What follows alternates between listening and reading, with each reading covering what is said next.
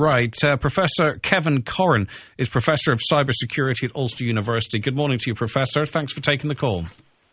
You're welcome, Greg. Right. Now, the Gardaí in Donegal became the latest agency, really, I suppose you could say, to issue a warning about the Momo challenge. And this is really quite a worrying, quite a disturbing one. Can you give us a bit of a history, a bit of a background to the Momo challenge? Yeah, it's a form of cyberbullying, and it gained the public attention in July 2018 when it was noticed by a popular YouTuber called Rainbot. And what it does, it targets teenagers by people who present themselves as Momo on WhatsApp messages. And they try to convince these teenagers to contact them through their mobile phone, and then they give them a set of challenges. And again, that they're instructed to perform a succession of tasks, and then refusal to do so will be met with threats. And then messages are subsequently, then accompanied by frightening and gory pictures. And of course, there's a famous Momo picture which comes from an art gallery in Japan, which is used, at the end. Strangely, we posted that image just to try and make parents aware, and I was very surprised by the amount of people that wanted us to take it down off our Facebook page when, I think the important thing is to get it, as disturbing as it is, that to get it out there so parents and guardians are aware of what's going on. Who is behind this, though, Professor? Who are those setting the challenges? Who are those issuing the threats? Yeah, it's random, really, because there is no monetary value in this. I mean, maybe they can, And the initial accounts which were used and tracked down in the past, because there have been other challenges like this, including one called Blue Whale, but generally those accounts are closed down. So really it's just people who are trying to just be bad, really, just to do it for whatever kicks they get out of it or whatever evilness they have. But really there's nothing in it for them, really, apart from getting some type of, disturbed pleasure from getting teenagers to do tasks and scaring them. And ultimately, this has been linked to suicide. It has, but that's unclear. I mean, the most clear one is a 12-year-old girl in Argentina whose parents believe that was the key reason she committed suicide. But it's very unclear. If you read anything about it, really, a lot of it is really where publications are kind of a fake news saying that it did this. But but no police force really has come along and said that actually there's direct deaths as a result of this.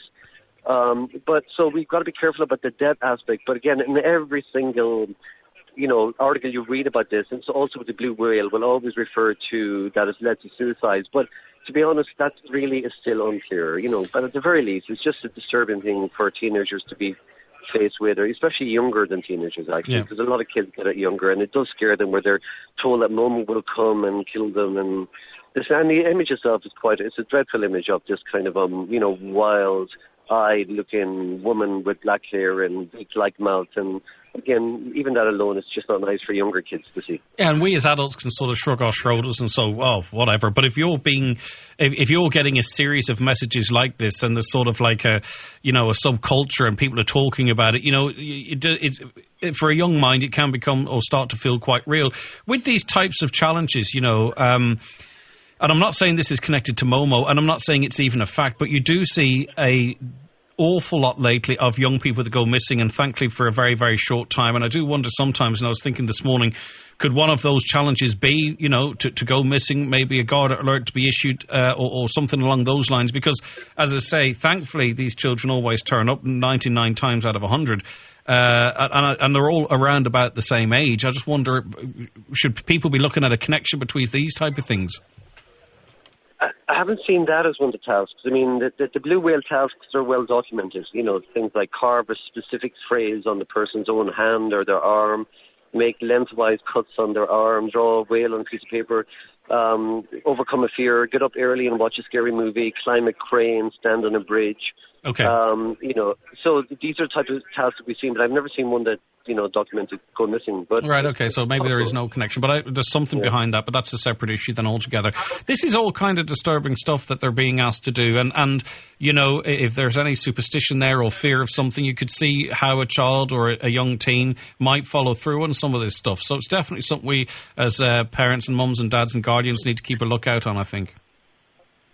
Oh, for sure, yeah. In the ideal world, we're always monitoring what our kids are doing, and again, just talking to them about these things really, and hopefully the kids would always come to the parents anyway if they've seen something which disturbs them like this, or somehow a teacher finds out, someone in authority. But again, unfortunately, the internet opens up, or just having a cell phone really with WhatsApp even opens up to a lot of nefarious activities online really, and scary things that we don't want our kids to see. Okay, listen, very important, Professor. Before I let you go though, on that issue, if you've got a couple of minutes, these foldable phones, Samsung and Huawei or Huawei or Hoo or whatever they're called, they've both released these foldable phones. I know you're across the tech as well. What do you think about them?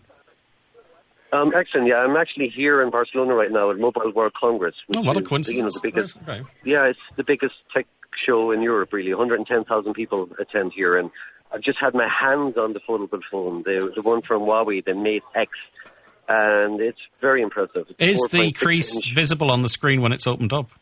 It's not actually, no, and it folds over, and you have an 8-inch tablet in front of you with 2K resolution, and even when it's folded back, it's thinner than the Samsung. It's a better phone than the Samsung one at the moment. Now, unfortunately, it's going to cost you upwards of nearly €3,000 to buy it, but it really is impressive. And it's not easy actually, because of the way when you fold something over, it bends out. They spend 3 years working on the hinge, and there's 100 parts within the hinge itself.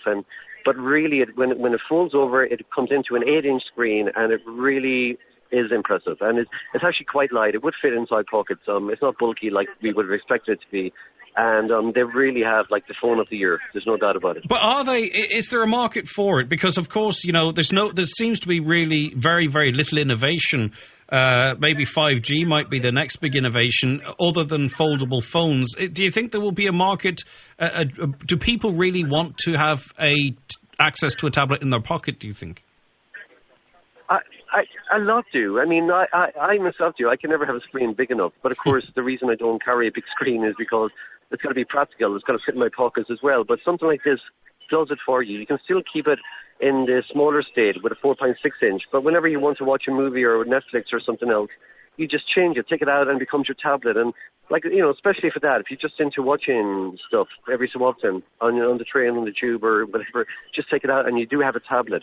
And we're going to see more of them. It really is just an indication of where it's going to go, because it allows you to have also double batteries on both sides. And there is a market, but of course it's not for everyone. And at the moment it's really premium. I mean, at that price, not many people are going to buy it. But again, things always get cheaper within technology, and this is just the first model. And it also is 5G. And here we're looking at a lot of 5G demonstrations again, that where we have cars going around the street with live video being streamed back here, and I've had my hands on the first 5G phones here as well, and really fast. I mean, really speedy connections again. So, and when folded, really broadband on the move.